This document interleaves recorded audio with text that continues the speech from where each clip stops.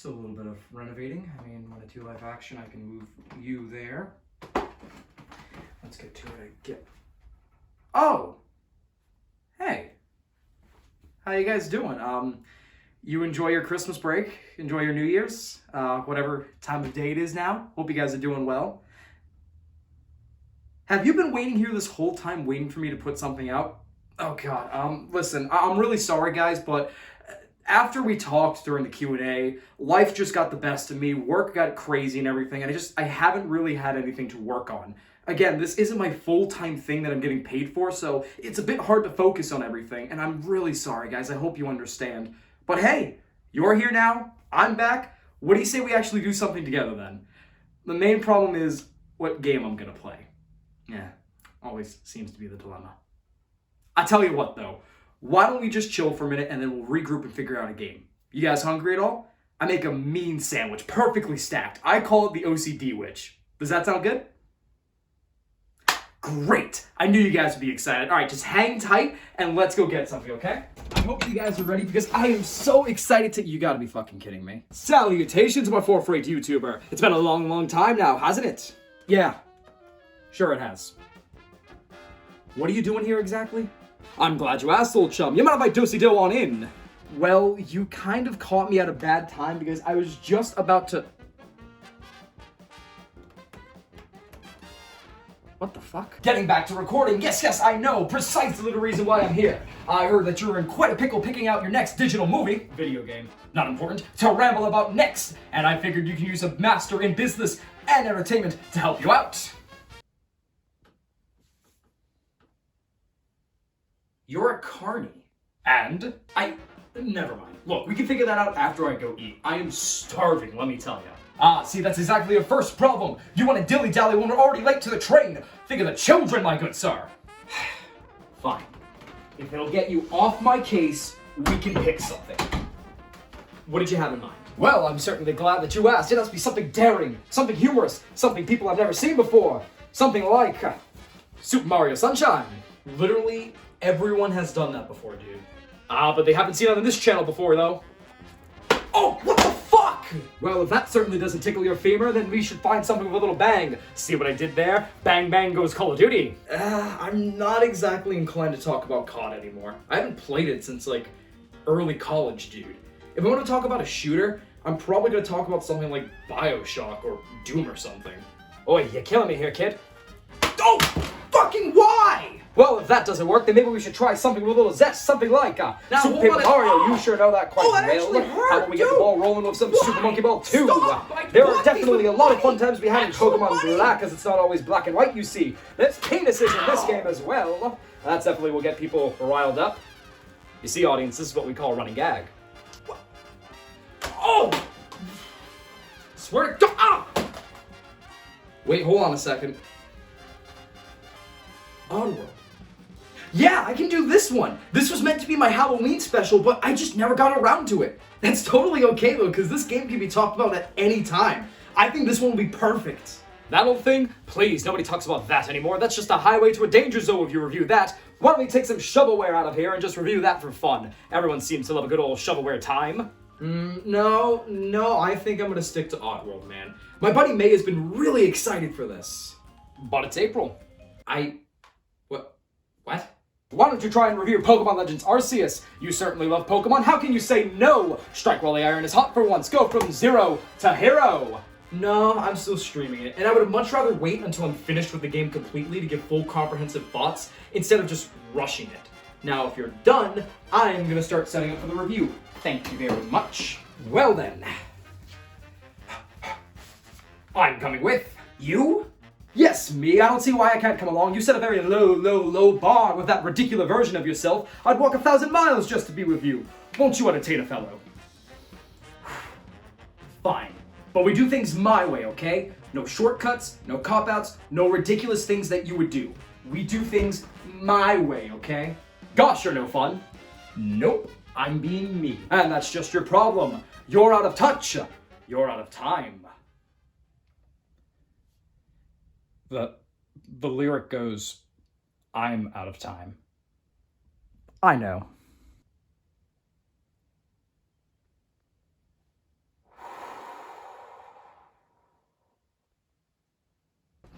Quick, think of a platformer, pick a game, any game. What did your mind snap to? Mario, Sonic, Banjo-Kazooie, maybe even Crash or Spyro. Whatever you picked, they probably follow the same characteristics most platformers, 2D or 3D, tend to have. Bright and colorful, wacky mascot, beautiful worlds, a soundtrack that you can't get out of your head, and easily fluid to control. Even if one of these traits could be missing, the rest are usually still found. A tried and true recipe to success in the genre that has stood the test of time, you're bound to some form of recognition if you bake your game this way in some shape or form. Hell, even out of left field goofballs like KO Kangaroo can be recognized by quite a few people to the point he's getting his own remaster. Which I'm excited about, might I add. But that doesn't mean there aren't those that go against the standard to make something still memorable. Just look at games with gothic-esque aesthetics such as Hollow Knight, platformers with wonderful stories such as Celeste, and even a game like Limbo, which focuses heavily on puzzles and an extremely dark world. Yes, 2 of these 3 have wonderful characters that we adore, but their willingness to take a risk in such a cutthroat industry is to be admired. But what if I told you that there is a game that went against the standard all the way back in the 90s and has stood the test of time to be remembered fondly? You get today's topic, Oddworld New and Tasty. Touted as a ground-up remake of the original PS1 game and released originally as a PlayStation 4 exclusive on July 22nd, 2014, before moving to PC, Xbox One, mobile, Wii U, and Switch, New and Tasty was made by Just Add Water and published by Oddworld Inhabitants, the studio created by Lorne Lanning dedicated to, well, the Oddworld series. The game was redone in the 3D game engine to bring the world alive, but has otherwise kept the story and characterization of Abe the same. New and Tasty received decent reception for its graphics, world, puzzles, and love for the original game. However, the main criticism seems to be directed at controlling Abe himself, which, for a platformer of any kind, is not exactly the kind of criticism you want. However, despite that seemingly red-colored flag, I can't help but feel drawn to this game. I really don't have too much to say about the original. I personally never grew up with the series and, like many others, heard about it through big creators such as Cat Icarus. I would watch gameplay videos on end before digging into this review, so it's not like I'm unfamiliar with it. I do know it from afar. It's just that this is going to be my first big playthrough of the series in recent memory. Rest assured though, I also went back and played the original just for comparison's sake. However, considering the remake is the most easily accessible and the preferred version, I'll be reviewing this for this video. With that being said though, is this a tasty treat or an outdated experience? Get ready, ladies and gentlemen, this is Oddworld New and Tasty.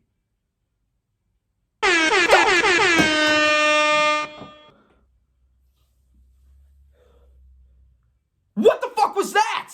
I thought your intro could use a little bit of pep, a little bit of attention directing details. You drone on for so long, you know that. What? At least I could sound like a carny if I wanted to, you fucking steampunk-ass bitch. Our game opens up on the main character, the Mudokon slave Abe, as he's seemingly held captive and flashes back to when he was working late at the meat processing factory known as Rupture Farms. He laments about his favorite meals being discontinued because of the species used to make them being hunted to extinction, before continuing on with his job. His woes become a bit more serious, however, as he stumbles upon a meeting taking place amongst the Gluckons, the owners of the factory, as they discuss a new way to bring profits back up. Unfortunately for Abe, this involves turning him and his own kind, the very foundation of the factory and why it's even running in the first place, into the next hit treat. Horrified and refusing to become a product, he begins to flee the factory, branded as a fugitive and leading us right into the gameplay. Now before we continue, there is one little secret area that you definitely want to go to before you start running away from the slave guards chasing you.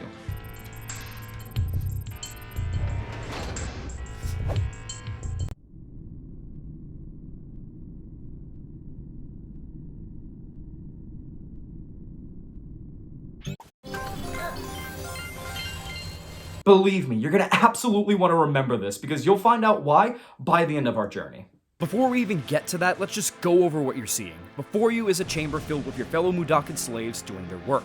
Your goal when you see these guys is to get them into this portal unharmed and free them from the shambles of Rupture Farms. To do so, you have to approach them and catch their attention and then have them follow you to this portal and their eventual freedom. Of course, it wouldn't be called Rupture Farms if there wasn't the possibility of bodies being maimed, right? There are so many different traps and moving pieces to each puzzle that you need to solve if you want every single Mudokon to escape from the city, and luckily, this game knows that, and dedicates handling these guys to different buttons. You can press one button and you find yourself saying hello and catching the attention of the Mudokon in front of you. Once you do that, you can also instruct them to either follow you or wait where they are until you give the all clear signal once you clear the next puzzle up ahead. Or, if the path is already clear and you have quite a few in sight, you could just press a button that instructs all Mudokons to pay attention to you and follow you around, making crowd control during a puzzle that requires all your focus that much easier. In the original game, you'd have to tediously guide one at a time to the portal. Back and forth you would go, which makes the fight for freedom more painful than being grinded into a meatsicle. I'm so pleased that Just Add Water did this because it cuts down on the inadvertent padding to gameplay and also puts more emphasis on how well thought out the puzzles are. These puzzles, for the most part, are really solid, and they don't have to hold your hand to feel like a fair challenge. There are the few in between that will make your eyes roll because of ridiculous placement of set pieces, such as guards or these drones that stop you from using your chant with electric shock. But those are heavily outweighed by the great puzzles, such as running back and forth to avoid a scrap while setting up your brethren to escape, using grenades to take out bombs and enemies to not only clear your path, but also alert others so you can use them to your advantage, and even taking control of sligs to mow down others and take down hazards that you can't reach, which, I might add, I figured out by sheer accident and curiosity on my own early game, which made things so much easier. These puzzles are extremely varied and well thought out, which is great, considering puzzles take up a lot of our experience during our platforming adventures. You will be constantly working your brain muscles as you stay on your toes to make sure you not only save your own skin, but the skin of all your friends. And there is quite a lot of skin to save. Compared to the original 99 Mudokons to save, you could save a max of 299 Mudokons in New and Tasty. God damn! The graphics were not the only thing upped in this game. Luckily, whenever you find a portal or in Rupture Farms, there will always be a screen that shows you how many in total throughout the game are left, how many you already saved, and also how many you let perish. And believe me, if you are not careful or don't save all the ones in your initial escape, there will be a lot of Mudokon pops to go around. Of course, you can still save Mudokons outside of these hidden portals and rooms along your main journey, and there are different puzzles for every area that you're in, but one step at a time. Once you exit that room, you continue your escape through Rupture Farms, and this is where you get the main gist of how this game plays. In the original game, you'd simply go from screen to screen solving puzzles with only a screen wipe transition in between, akin to that of Star Wars, playing as a 2D platformer. In New and Tasty, however, the entire game is one fluid adventure with only cutscenes and jumps from location to location spliced in between, taking full advantage of implementing a camera that follows you wherever you go, and also switching up angles and zoom every once in a while to add more depth to your escape, playing more so like a 2.5D platformer, much like Cat in the Hat. Oh. That is not a comparison that ends well. I would be lying though if I said I didn't like this approach. Oddworld has such a unique cast of characters and a wonderfully crafted world that's lively when industrialized, but barren and beautifully ancient when you're outside of the factory. It would be a horrible shame to just constrict everything to a 2D environment. By taking a 2.5D approach, you could still interact with things in the foreground and background without having to sacrifice the core mechanics of the original game, which is exactly what they do. It pans out even more because your gameplay mechanics are rather simple, yet effective. I already mentioned interacting with other Mudokons, but your other actions are simply chanting, which I briefly touched upon as possessing enemies and opening portals, running, sneaking, rolling, and even throwing rocks or grenades if you have ammo. This may be a very simple moveset, but what matters most, the effectiveness and feel of the controls, are nearly spot on. Having to aim with the right joystick and then a button to throw your ammo can be a bit of a pain to aim, but that I'm probably going to chalk up as partially on the Joy-Cons being the smallest damn things in the world, and also the fact that the pair I have, and somehow the Pro controller that I own, have been struck with a very quickly growing case of driftitis. So why not buy a new pair? There's plenty of wonderful, colorful ones on the market. Have you seen the prices on Joy-Cons? Oh, come on, they're not that bad. Okay, do you mind buying me them then? I'm just a simple carny man. Yep, that's what I thought. You can definitely tell that Just Add Water wanted to focus on keeping the core as solid, if not better, than the original game. The simple moveset helps you think step by step to solve puzzles without the need of overcomplicating your escape. Every action is applied to nearly every button and joystick on your controller, so there's little to no dead room in regards to your controller layout. Like, here's a bomb that glows green every once in a while.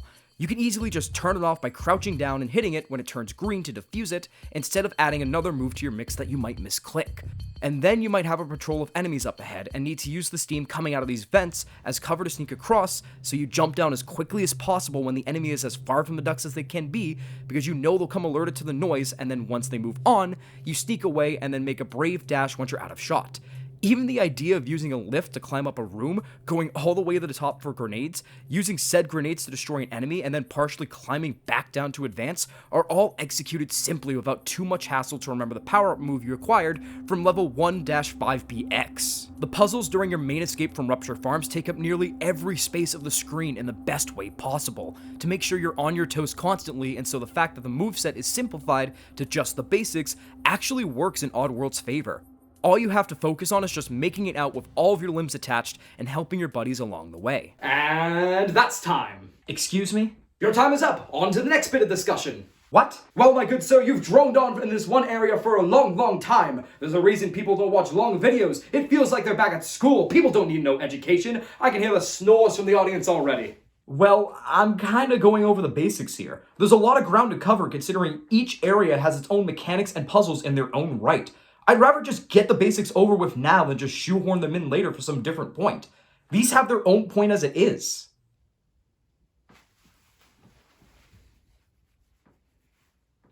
I'm not following here. Oh my fucking god. We eventually escape Rupture Farms and make our way into what is simply known as the Free Fire Zone, and oh my god, is it absolutely gorgeous. The starry night, the way Abe and every character is masked by shadows, even the checkpoints are gorgeously rendered. This absolutely goes for the rest of the game too. I touched upon it briefly, but the environments are so well crafted. Even Rupture Farms and its mechanical wasteland look is a sight to behold, with different machinery constantly at work, and the orange glow of the area radiating from machines, giving off a hum of false security that adds to the atmosphere. Lanning, whether it was the original game or this remake, deserves all the praise for crafting such a simply wonderful world that adds to storytelling in its own right, with how contrasting nature is compared to the cold grip of the factory and its death-riddled walls. You gonna be alright there, Carney Me? You look like you're gonna throw up. Oh, it's probably just a little too, human in here. Whole suit and everything and all. Right. Back to Free Fire though, there is another use that we get through the chant mechanic here, which is organizing these fireflies to spell out messages for us. Very, very slowly. Okay, look, I know it's meant to be immersive and mystifying as to what Abe can do, but it gets rather tedious really quickly when I have to chant and wait and see one word at a time if the fireflies are gonna spell something out that I need to do next. It's basically like if I took those little text blurbs that I do and did it one word at a time for you guys.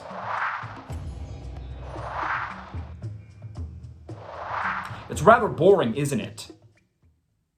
What? Now, we're already in the next zone, and you're probably wondering why I haven't talked about the main complaint for this game, Abe's movements. I've talked about his actions from sneaking to grenades. Why aren't I talking about how it feels controlling Abe overall, and better yet, why did I gloss over his running?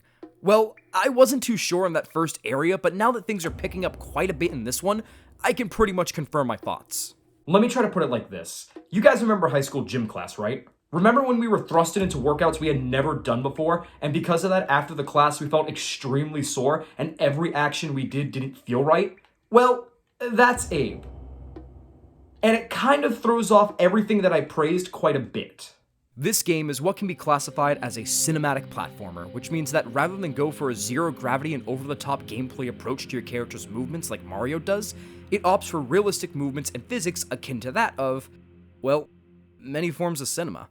Some well-known examples of this subgenre are Prince of Persia, Heart of Darkness. Hell, you can argue that Shadow of the Colossus is a cinematic platformer, but it is still a cinematic game at the end of the day. Even though these games have realistic physics and movements which can easily throw off a player who's done nothing but mow down mobs of enemies with ease through a single jump, they are all adaptable after a little bit of playing around and getting used to different scenarios. Oddworld? Not so much. The realism is a two-sided coin in my opinion. On one side, the controls never feel floaty, which is always a plus. Too much of floaty movement can hurt a platformer in the end. More so 2D platformers because of your limited knowledge of depth perception, so I can absolutely appreciate grounding movement with gravity. On the other side, this definitely feels like gravity was turned up a little bit too much. Trying to jump between platforms can be a bit of a pain because it feels like Abe doesn't get enough momentum whether you're standing right at the edge or trying to get a running jump. It constantly feels like he's either coming up just short, barely enough to grab onto a ledge, or lands clean on his feet, which may feel like an epic moment at first straight out of a movie, but once you notice it happens most of the time, it becomes more nerve-wracking, like, oh fuck, please make it, I don't want to do this all over again. And your player should never feel that way about basic movement. Even basic running feels weird, as Abe seems to just stumble awkwardly like he'll fall at any moment, although this could also be along the lines of a jank movement cycle, graphically speaking too. Either way, this will all take getting used to, and even then, you may not entirely get used to it as the environments and what is required in them are constantly changing. In my honest opinion, this game can be pretty easy. The puzzles do require brain power, yes, but it won't make you overly think. Like I mentioned before, everything is typically laid out in front of every frame you're in, and even outside of the puzzles. The game is just hopping around to your next objective. But the movement makes this needlessly harder than it needs to be. There is no steady learning curve. It's just be solid and feel on top of the world for a few minutes, and then get dunked on by the basic movement, ruining all confidence you had because you missed the jump by a couple frames. You can only say, I think I have the hang of this, and move on without thinking about it and hope for the best. A video game, platformers especially, should not make you feel that way about basic movement. But you do get some feel for it by the end of your escape and partially through Free Fire Zone and run and jump through until that. You thought puzzles were only limited to Mudokons and later parts of the game after you escape?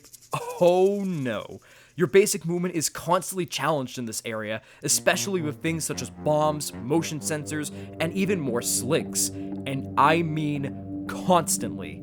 Like, every 5 feet constantly, and it gets extremely annoying because you still are getting used to the movement. There will be times where you have to hop across rows of bombs, but unfortunately, your hop can either land you directly on or right in front of it, leading you to have to readjust for 5 seconds and hope to God you can make it.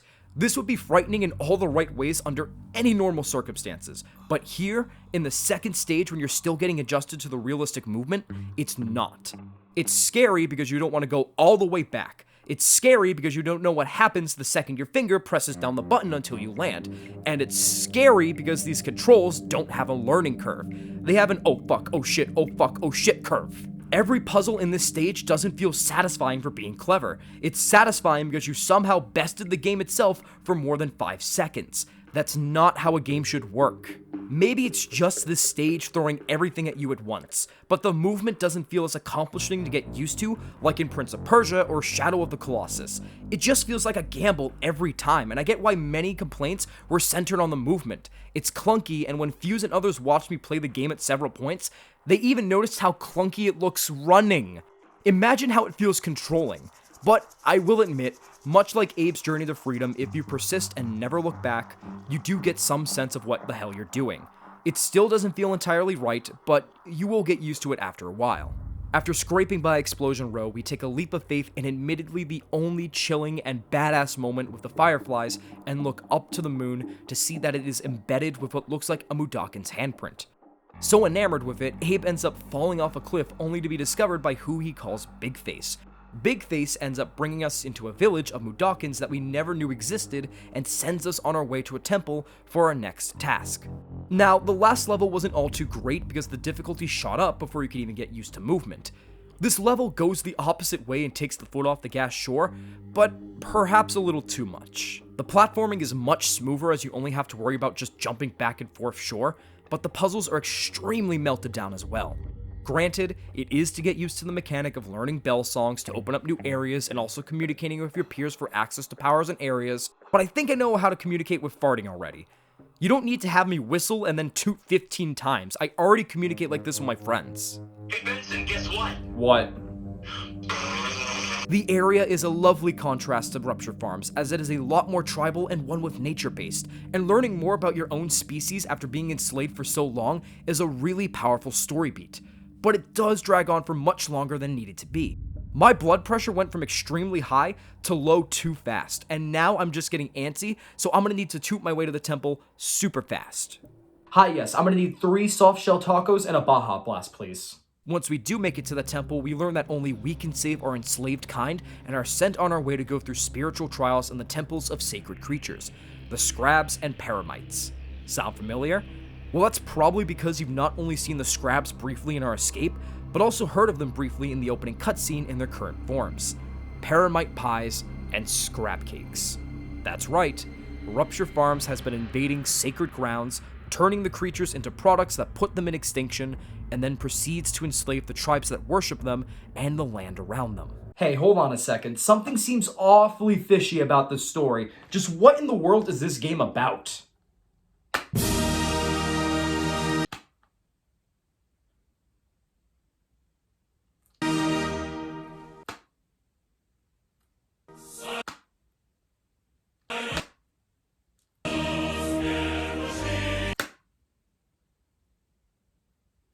Oh, anti-capitalism.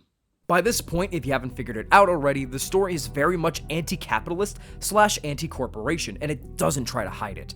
From the most obvious things such as workers in the factory being treated like slaves and not allowed to speak or be themselves, down to the fact that the factory itself is destroying a beautiful world and its creatures for nothing more than profit, Oddworld is a journey about fighting the power and returning the world and people back to their former, beautiful glory before becoming cogs in a machine. And I absolutely love this so goddamn much!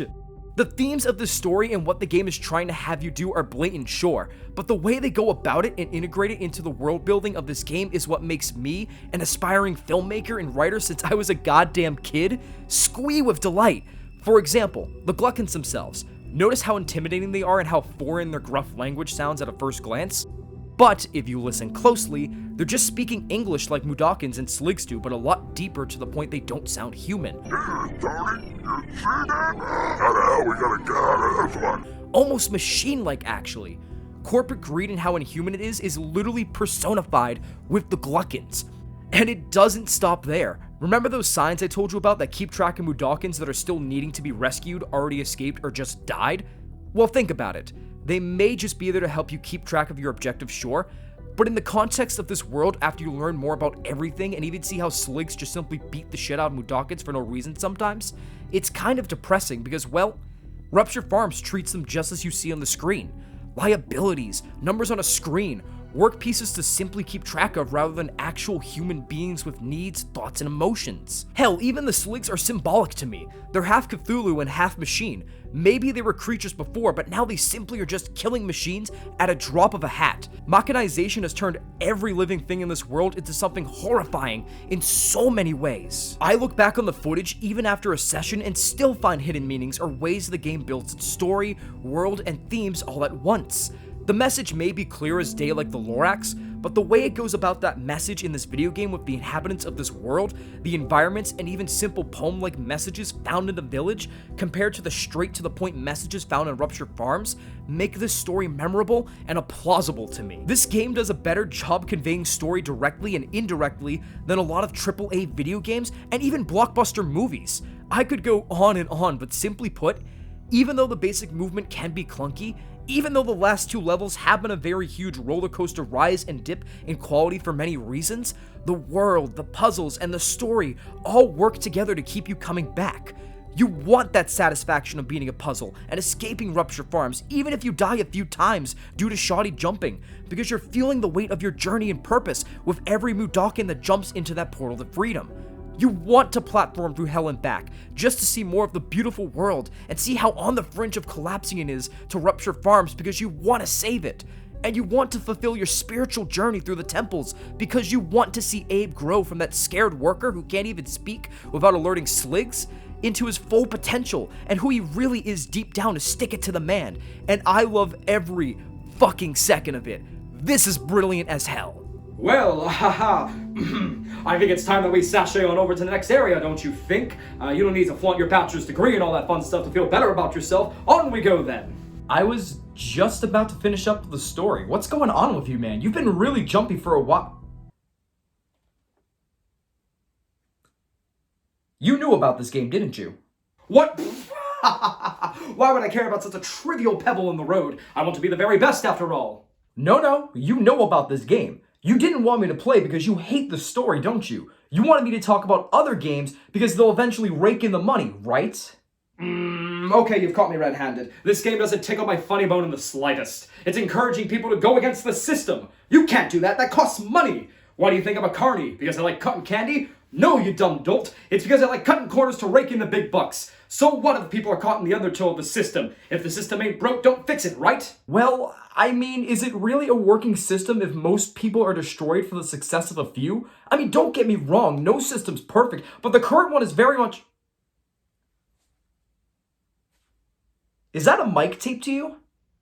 What? No. Were you really trying to catch me saying something controversial so you could bank off of it? Maybe.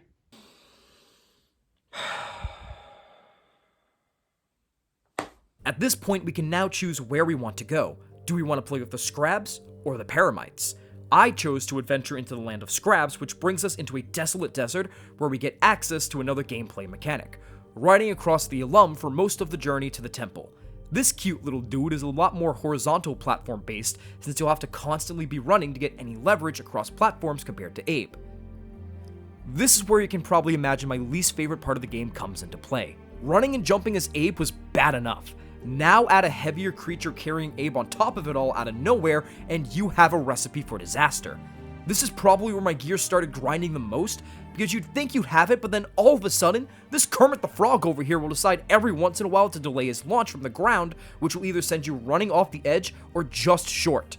With Abe, you could at least get a somewhat feel for his movement, but with the alum, you just can't get any feel, because if you stop running at any point, you're good as dead.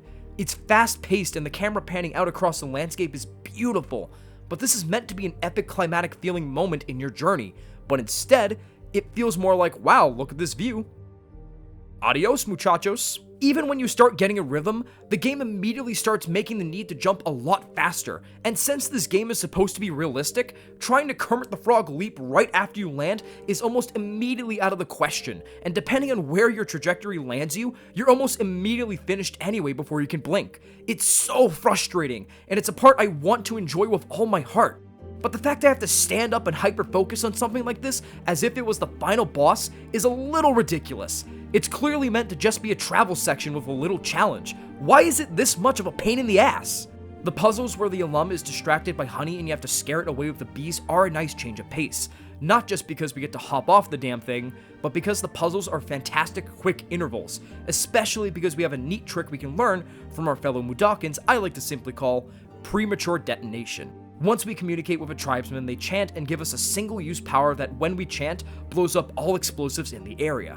This is such an awesome power we get to use for a good chunk of the rest of the game, and adds a bit more depth to the puzzles. Not only do we have to use the bees, but we also have to clear up our own way as well in nearly one fell swoop. I will admit, a select few puzzles do make you backtrack a couple times to take care of multiple explosives, which can be annoying for the most part, but this power adds a quick twist to puzzles without making them feel too long for the rest of the time. Of course, once we snap our buddy out of it, it's back to struggling for a while on our way to the temple.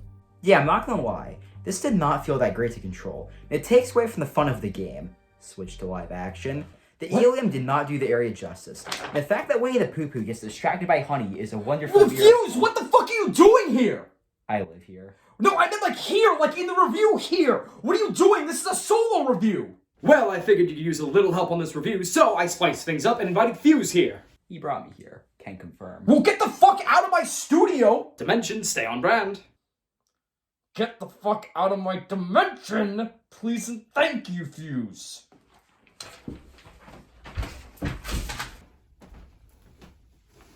Hey, can I borrow $5? Out!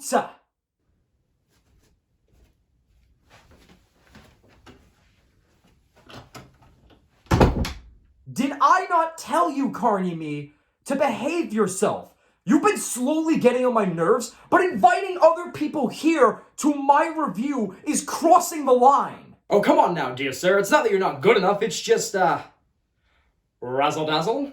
No dazzling the razzles, as you put it. If I want to have someone on this review, I will personally invite them. We don't need to force people on here.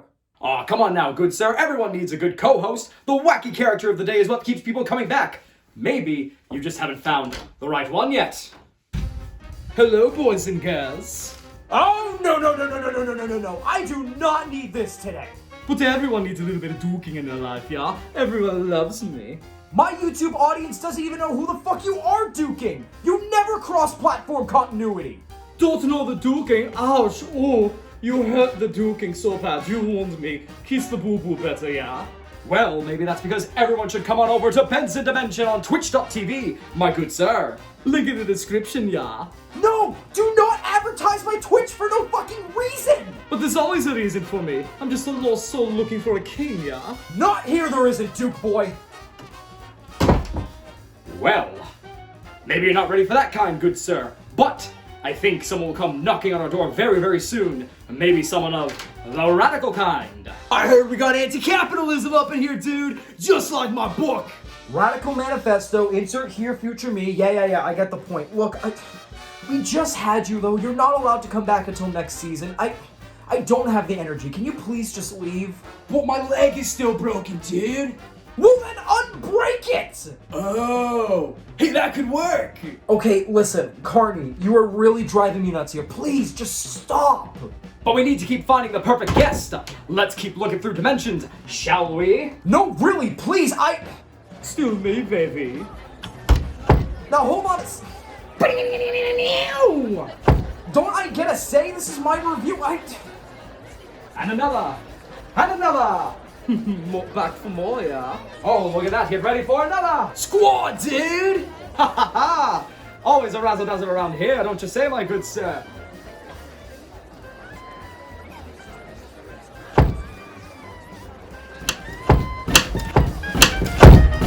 Stop! Just stop right fucking now!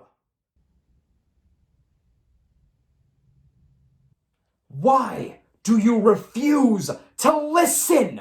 You try to pick what game I should play, you try to change up my review style, and then all of a sudden, you invite people on without my permission as if it's gonna make things better. It isn't making anything better, it's making things worse!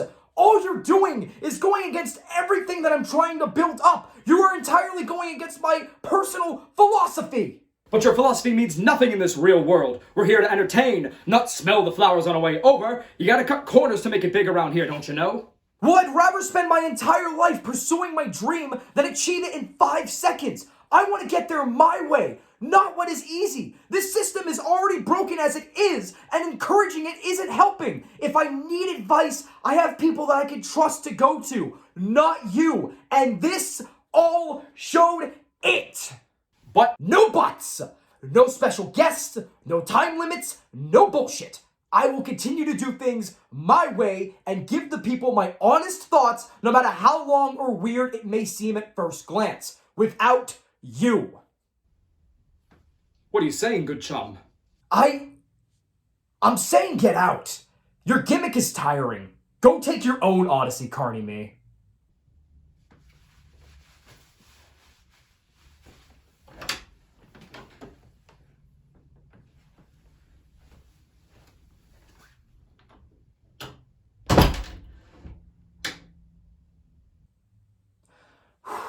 Okay. I gotta remember to cut that out after. You know what?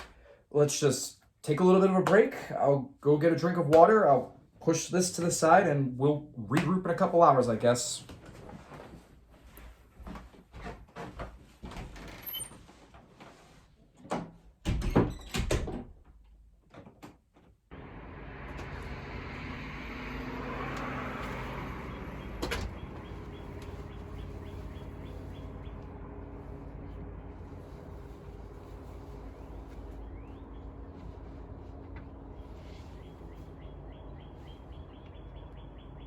It's me again, old chum. It seems our friend is a little more stubborn than I thought. Oh, no. Please, you already paid me well in advance to get the job done, and I shall not fail you. I got him to come back for season 2 now, didn't I? Exactly. The time for rhyme and reason is now over. Oh, why don't you come on down? We try a different approach, maybe a little bit more force? That sounds excellent, my friend. And remember, no mercy.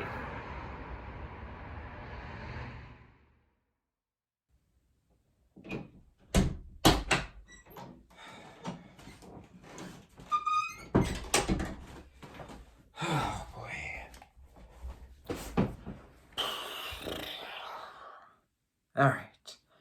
Deep breaths. We're back at it. Controller. Game's on. Camera's recording. Alright. I'm ready to go. Maybe we'll get this done in time. Where was I? Right.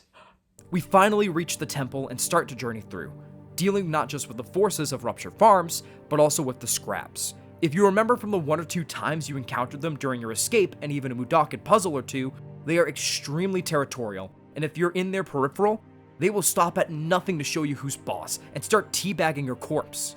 However, you can take advantage of that because if 2 scraps encounter each other, they scuffle for a few seconds and take each other down. This temple is such a blast and a great test of your skills up until now. And call it getting used to the cinematic movement or the level design embracing it better, but platforming feels so much better here compared to Free Fire Zone. I found myself much more acquainted with landing jumps and even run jumping to grab ledges, which, believe me, the scraps will give you plenty of practice for. And it's not just the platforming that feels way better, the puzzles are a step up as well. Making use of the scraps was such a brilliant move. It not only works for the story and trying to get reacquainted with your severed roots, but it also gives you a lot more to think about and plan out. Do you want to run around with the scraps at your heels, or are you able to take advantage and use them against others to clear your way?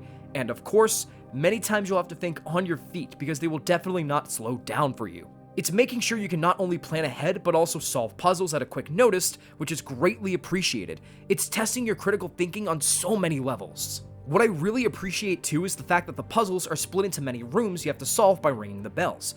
You'd think having to find the proper notes and then get to the bells would be tedious with all these rooms, right? Not at all. And that's because the puzzles aren't just about taking on scraps. It really is a test of everything. Some rooms you'll sneak around, some you'll do regular platforming, and so on and so forth. The game is making sure you're getting the most of your adventure, and it truly feels like Abe is growing along with you. Of course, these rooms all lead to a final gauntlet that you have to solve in one go, which shows it wasn't all just to chew off playtime, but a legitimate appetizer for the main course. And the main course here is delicious.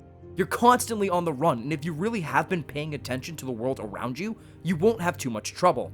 Plus, you have the chance to look at the puzzle ahead of time before you even start, giving you every tool at your disposal to succeed. Again, the story goes hand in hand with the gameplay beautifully. A game that's all about going back to your roots against the system and paying attention to the world around you culminates in this temple, and I fucking love it.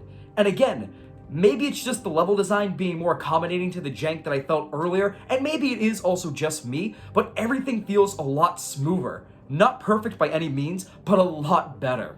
After we beat the temple, Bigface marks our hand and sends us on our way as we venture to the land of Paramites. It's the same thing for here too. Ride the alum and solve puzzles in the temple. Alum riding is a bit smoother here, still atrocious, but just a little bit better because platforms aren't as far apart and the sequences aren't as continuously long, it feels like. However, while the riding is better, I do have some gripes with the temple. Paramites are the total opposite of scraps. They're extremely docile until either backed into a corner or with other paramites, which leads them to be aggressive. Most of the time, the puzzles are not bad, and dealing with them isn't either. But there are the select few moments that made me groan because the paramites will have a mind of their own and walk into a corner anyways when I just want to run past them, so I have to force myself into a lever and take a hit or two.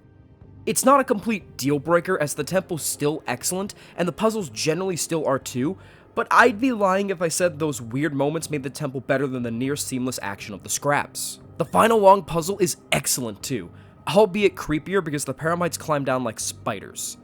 Ugh. Kinda wish these guys stayed as pies. But once we are marked by Bigface, the temple in the Mudakin village opens up and we enter with the blessing of the sacred scraps and paramites. A ritual begins and we are blessed with the power of the demigod Shrikul. And just like that, our odyssey ends right where it started. Back at Rupture Farms. With the power of Shrikul, we can activate a quick screen nuke where all enemies and traps are destroyed in one fell swoop whenever Abe is sparking. However, we can't just use it willy-nilly. To regain it, we have to rescue Mudakins, which makes this feel like a great grand finale. To fully return in our way of life, we have to rescue our brethren, and in turn, they help regain our connection and power. Wait a second, our friends are our power? Where have I seen this before?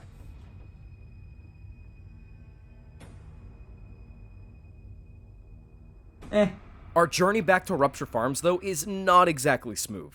I really do think it's just Free Fire Zone because the temples never felt like this much of a slog. I really think the developers threw everything into Free Fire to focus on the other excellent parts and called it a day, which is fine. I just wish there weren't as many explosives so close together. It just doesn't work. However, once we get back to Rupture Farms, the real fun begins. Yes, going through where we escaped feels natural because we've seen and done it before, but now we unlock the other zoologs, and much like the temples, they have rooms to test our final run ahead. This is the ultimate test. You will platform, sneak, roll, and so much more throughout these rooms in much longer sequences that'll have you control Abe and Sligs to battle everything thrown at you, and I love it. The game lives up to being Abe's Odyssey because taking down Rupture Farms room by room is powerful, epic, and full of twists and turns at every turn. Thinning out your guard dogs as a Slig, taking down electric fences, and even becoming Shriekel to destroy electronic devices that would normally halt you. You can really tell the difference between when you first started the game and now. And of course, your life isn't just at stake with these new powers, your fellow workers are too. This final level has some of the best Mudakin puzzles, hidden or a part of your path, in the entire game. The amount of Mudakins you could save is ramped up, but so is the difficulty. You need to really pay attention to make sure not a single soul is lost. Dodging explosives, having to split Mudakins into several groups to handle it one step at a time, instead of all together like before, and even taking control of a Slig, telling the workers to get down while you mow down other Sligs. The puzzle design does an excellent job of making it feel like death is now officially just a step away. It's all a heart-pounding and phenomenal experience that I enjoyed thoroughly. Probably some of the best puzzle experiences I have ever had in a video game, added to Oddworld's already wonderful repertoire of challenge. However, right before we end, there is one more task that we need to face, and all you need to do is pull the lever. Excuse this interruption. There's been an emergency board meeting called for all executives. Yep, your last hurrah is a tightly knit gauntlet against the clock. If you fail, not only do you die, but the whole factory goes out in toxins. The amount of time you have depends on the difficulty you picked, so I had about a minute or so thanks to picking the normal difficulty, but man, does it still feel like you're up against the wall. You hop and roll around explosives and blades to try and stop the clock and escape, and while it is a shorter test of skill than the temples, it's still a great experience to get your adrenaline up, as you not only have to keep an eye on the clock, but on yourself, as everything is a legitimate one-hit kill. It's literally do or die, and it's wild. You escape, however, and manage to rescue a few more Mudakins before landing right in the middle of a packed boarding room. But they severely underestimate you, as you, Abe, the poor slave turned destined hero, unleash your full potential against the system with a final roar and take out the room. It's such a quick moment, but absolutely satisfying. The same people that oppressed have now been crushed under your might.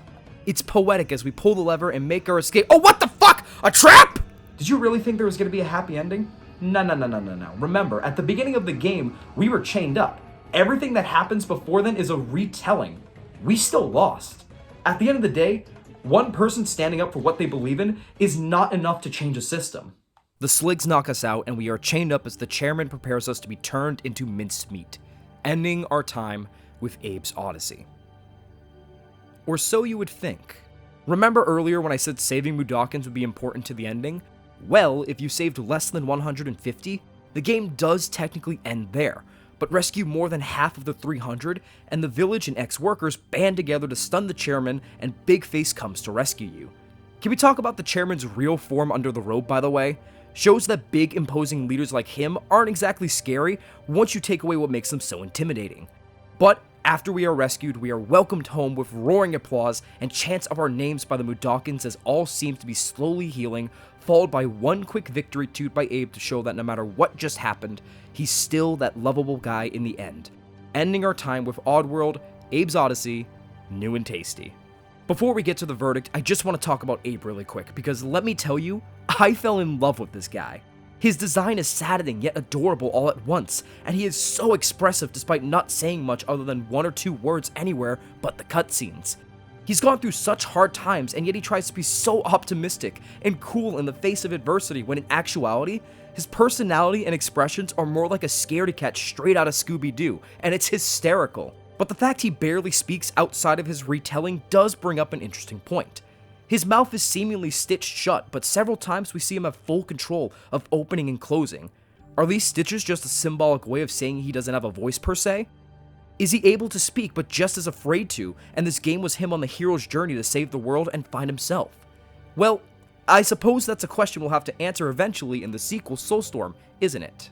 At the end of the day though, I love Abe's design and characteristics. He's not your usual confident platforming mascot like Spyro, Crash, Taz, and so on, but by the end of it all, he starts to be, which is great character progression in a 6-hour playthrough. Yeah, this game is pretty short. You could easily beat it in one sitting if you have the time, but honestly, I don't mind it. And in fact, I think it's a positive in the game's favor. I usually don't lament too much about the length of the game unless it starts to affect the game, whether it's being too short as things start to get heated up like Mail Mole, or pads out for no reason in the case of Cat in the Hat, or even a lot of platforming and open world games like some iterations of Assassin's Creed, just to put it into a context outside of the game dimension. I have no problems with the game's length here. I feel it's perfect actually. Just enough time to effectively tell a story and get the full gist of gameplay without stretching anything to the point of losing what makes this game special. You never really see many games do that these days. The music is another thing done extremely well in this game. It may feel like at times it's non-existent, but listen closely to the world around you, particularly in Rupture Farms, and the sounds of the machines are the music. The music is only extremely noticeable during story beats the game wants you to feel something in, such as the rhythmic drum beats and Free Fire Zone. The music is excellently woven naturally into the world and continues its immersion, rarely feeling like a piece of music is just dropped in where another track stops, like when you enter a Pokemon battle. They're not standouts I'd constantly listen to or hum in my head, mind you, but they do the job well. The sound design I have to mention really quick too, because it is top notch. The clanking of the sligs, the chatter between all characters, the mystic sound of your chant and everything you interact with. Even the fact that static hums like a bug zapper if you're standing in a motion sensor waiting for it to move away. It's all crafted to a T and blends into an experience that will leave you equally intrigued and anxious. Believe me, I certainly was during the motion sensor parts. You don't know the meaning of true fear until you're stuck in a motion sensor with drifting Joy-Cons, hoping they don't drift. But with everything said and done, that concludes our journey through Oddworld Abe's Odyssey, new and tasty. Definitely odd, but lives up to being an Odyssey nonetheless. Whew, that was quite the ride compared to what we usually talk about, huh guys? But with no time wasted, it is our first, albeit late, review time of 2022. So, did Oddworld deliver a successful system-changing experience, or was it another casualty in the machine?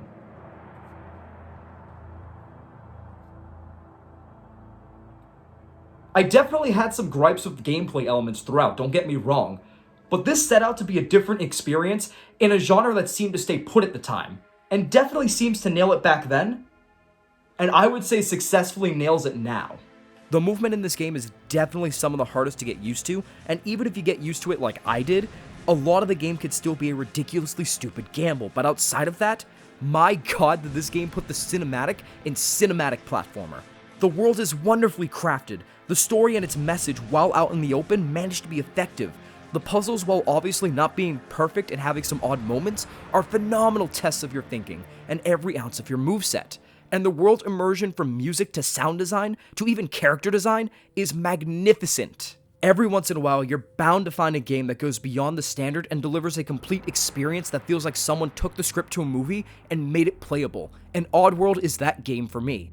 I genuinely thought the basic movement would throw me off entirely from this game, and while it did frustrate me a couple times, I never once gave up because everything else pulls the experience together expertly, and the design becomes slightly more forgiving to your stubby legs, so it feels much more adjustable to you. I wanted to experience the world, I wanted to see the Gluckins go down, I wanted to save my friends, and I wanted to take Rupture Farms down.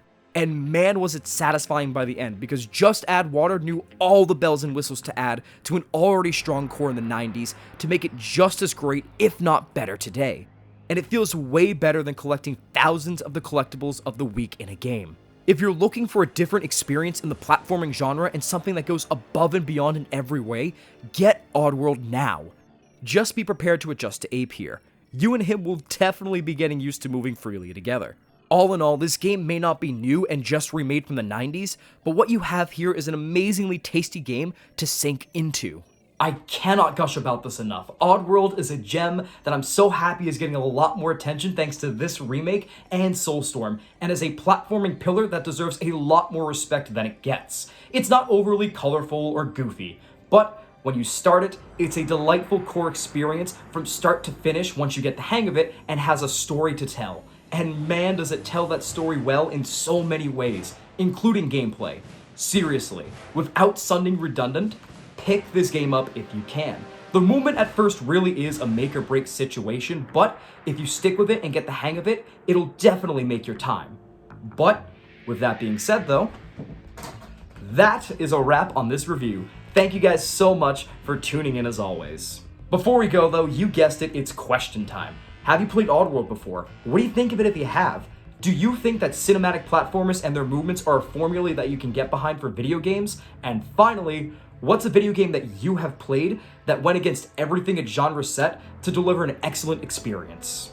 Let me know in the comments down below. Be sure to like and subscribe if you like what you saw. And for next time, well, we're certainly going to find out what happens next now, won't we? Work shortage is real, and that is really the only reason this has been so late. I truly do apologize. It's just my work is so used to using me since we don't have any other staff that I haven't had the time to sit down and make these reviews, so it's really thrown a wrench in a lot of my plans. I have an idea for the next review, sure, but after that, depending on when this comes out, we're either going to return to a beloved series or we celebrate 2 years of the Game Dimension. Either way, I thank you guys so much for your patience. I'm glad to be back. I'm happy you guys are still here despite it all, and I'm so excited for you guys to see what comes next.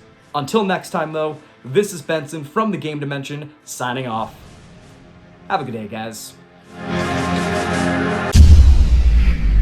Oh, what the fuck? I mean, that was worth a shot, I guess. Guess I never paid my visit to the electric bill dimension, huh? Alright, let's go figure this out, I guess.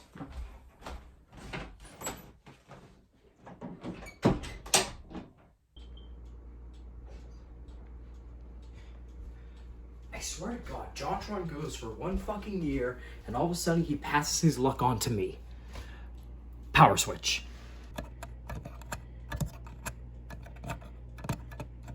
God damn, why is it not working? Is this some sort of prank or do we really lose power? Oh, wait a second, silly me. The one on the right is the power switch.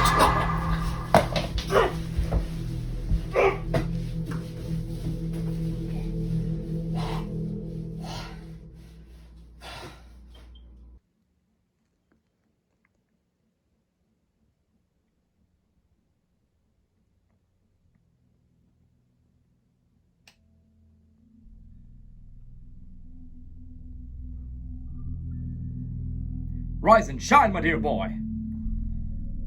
It's about time you woke up. You've been a real pain, you know that? Have you ever heard yourself speak? What am I saying? You make terribly long videos. Of course you heard yourself speak before. Sorry about the, homemade bondage there. But you put yourself in this real big pickle. I was paid to deal with you, and deal with you I absolutely shall.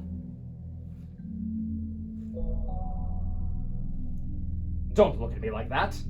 You mean to tell me that you faced giant cats, hooded figures, and play weird games, and yet you still never put the pieces together? What am I saying? You're an entertainer. You lot have never been the sharpest tools in the shed, you know. Let me put it like this. I was hired to deal with you because my client believes that you've been straying from your purpose in life. Something about reconnecting to the past and blah, blah, blah, all this heartfelt mumbo jumbo and all that stuff. And you know, in my own way, I kind of agree. The money's great and all, don't get me wrong, but you have been straying from your purpose in life. All this talk of honesty, these reviews, being yourself. Ugh, who has time for that on a system like this? People want the next big thing now. You can't get there by being yourself.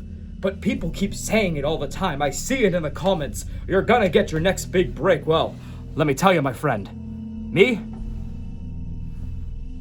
I don't think you will like this. You've been fighting an uphill battle since you first spoke on the internet. And I was just trying to save you, you know? I see you, even when you think you're alone. I know how you feel. You're anxious, frustrated, tired, lonely.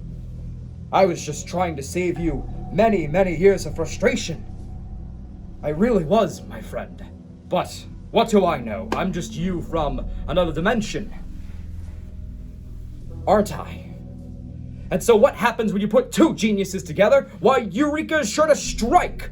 Oh, but you've been a real stubborn one though, you know that. You want to do things the hard way. You think you can just pull Excalibur right from the stone where you can smash that thing wide open. Everyone's doing it, why shouldn't you? And you should be doing it, but you want to do things the hard way, the old-fashioned way. That's not how the system works anymore, my friend. And so here we are. It really is a shame that it's come down to this. We could have been a great team, you could have been something great. But now, we gotta do things the hard way. It really is a shame, old chum. I really did try to save you. You should have listened to me. But, enough chit-chat. Just sit back, relax, and let us turn you into something better.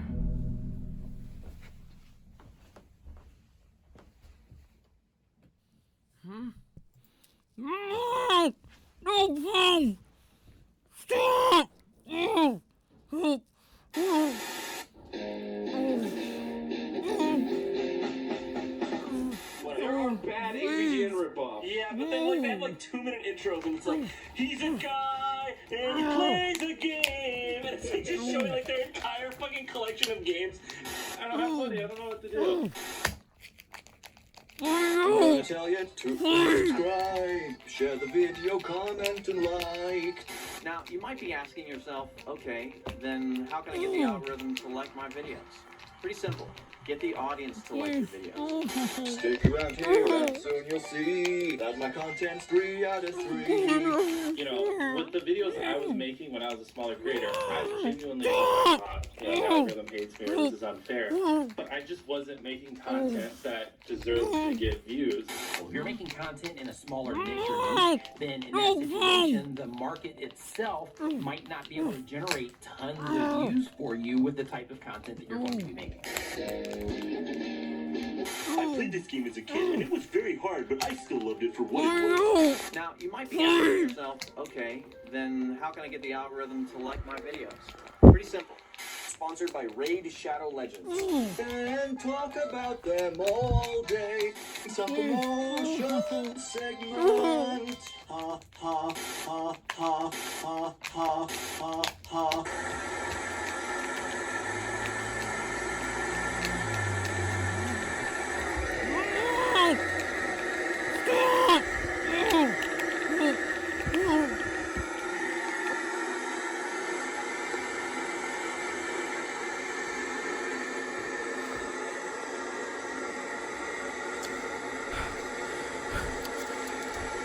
No.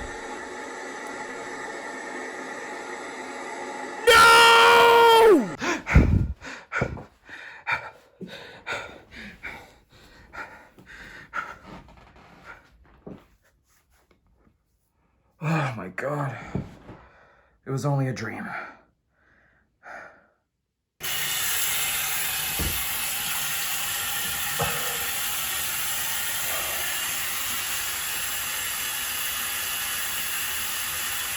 All right. What to play next? A lot of options. I mean, maybe a bad game. People seem to really like those. Wait a second.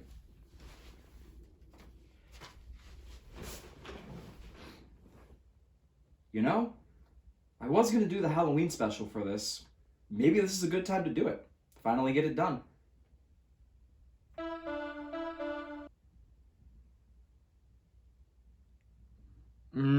Actually, now that I think about it, maybe I won't. I'm like extremely behind at this point, and I gotta get back on track quick, so maybe this isn't the good time to do it.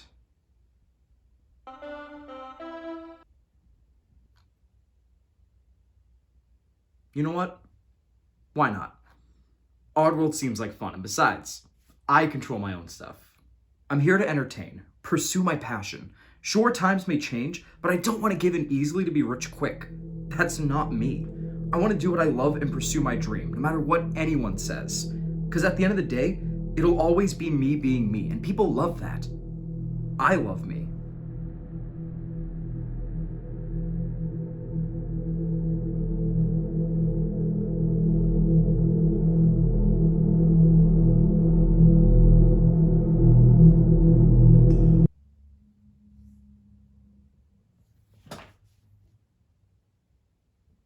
right?